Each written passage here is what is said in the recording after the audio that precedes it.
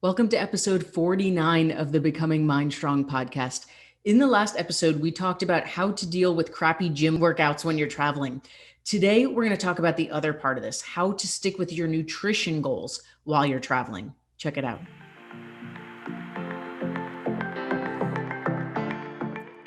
So, in last episode, we talked about how to deal with gyms, right? When we travel, we often have limited equipment, we have limited access to how we would normally train, and we talked about workarounds for that.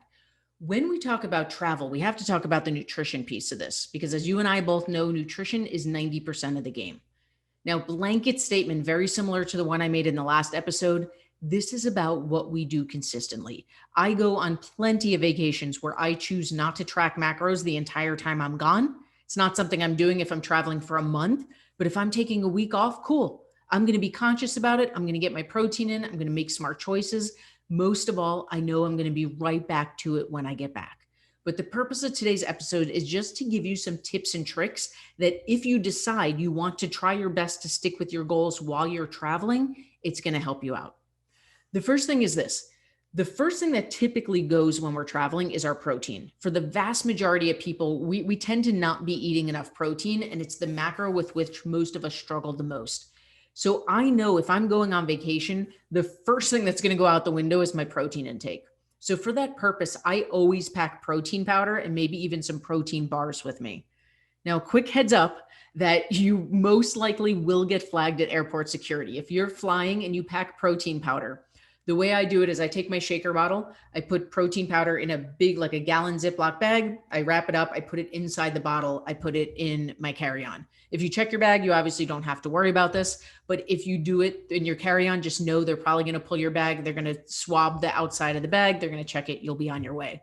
I just mentioned that so that you don't freak out if it happens, because it probably will happen.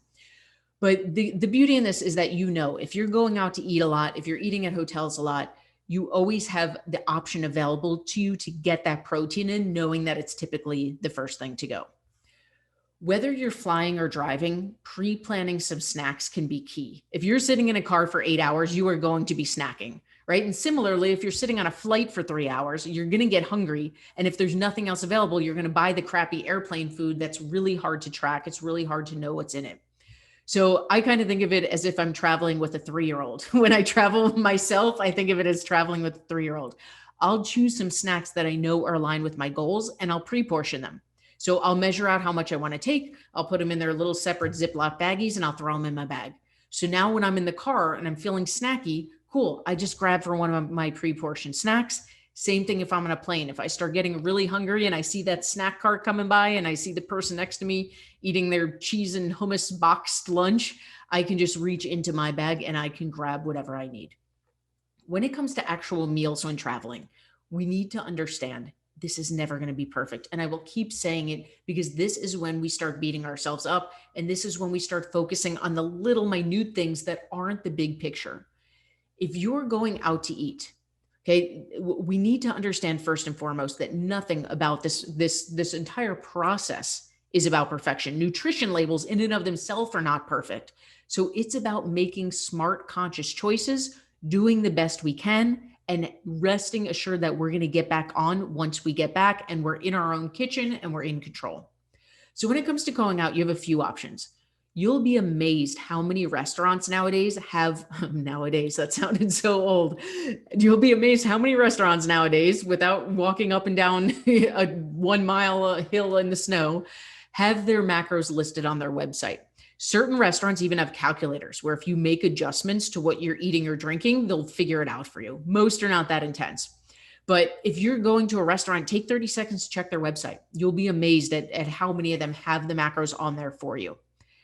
If you want, full disclosure, I've never done this second option. I've had clients that do it. It's a bit too detailed for me. I've had clients call the restaurants. They say, hey, I'm coming to you guys tonight. I'm planning on getting the penne alla vodka. Can you let me know what the nutrition info looks like? And most restaurants have that. Even if they're not posting it, they know it and they'll tell it to you. I've never done that one. To me, that's too much work. The one that I tend to go with is option number 3. And again, I will keep repeating, it's not about perfection. You're going to go in your macro tracking app, whatever you typically use. If it's MyFitnessPal, if it's Lose It, whatever one you use, you're going to look up whatever you think you're going to have for dinner. Now, we're giving ourselves grace, right? Maybe you get there and they're out of it. Maybe the chef says, "Oh, we're out of that dish tonight." Maybe you get there and you see the table next door eating chicken, or next to you eating chicken parm, and it looks so much better, so you make a game change. Cool. This is about doing the best we can. This is way better than what we used to do in the past, which is make it a free for all. So you're going to have penne alla vodka. You think maybe you'll have 2 pieces of bread and you want to say 1 glass of wine, but you know probably 2 glasses of wine. You're going to pre-plan. So you're going to go into your app. You're going to look up penne alla vodka. You're going to find 15 different entries for it. Some of them are going to be really wishful thinking. It's going to say like 1 gram of fat. And I wish I lived in that world where penne alla vodka had 1 gram of fat. It does not. So you're going to this will take you 2 minutes, a minute and a half. Look at 6 different entries. You're going to find ones that start to repeat, that are close to each other. You're going to put that in. You're going to estimate what you're going to eat that night on the high end, right? We're not here to sugarcoat things. We know if we have 1 piece of bread at appetizers, we're probably having 3. We know if we have 1 glass of wine, we're probably going to have a second. Overestimate and plug it in your app. Now, the key is you're doing this way before you even get to the restaurant. This could be that morning when you wake up, because now we're doing what we call using an anchor meal or pre-planning.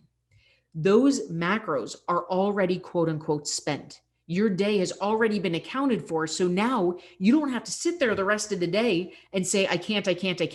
You don't have to starve yourself all day because I'm going out to dinner tonight, so I can't eat all day.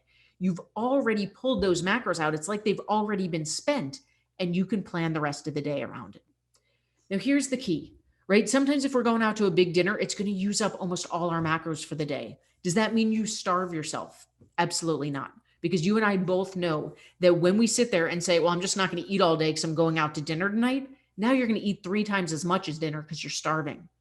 This is about making better choices. Think about in the past, before you were even conscious of this, going out to eat was a free for all. It's like, well, screw it. Today's already ruined. I'm going out to eat. So I should just go hard all day long, and who cares?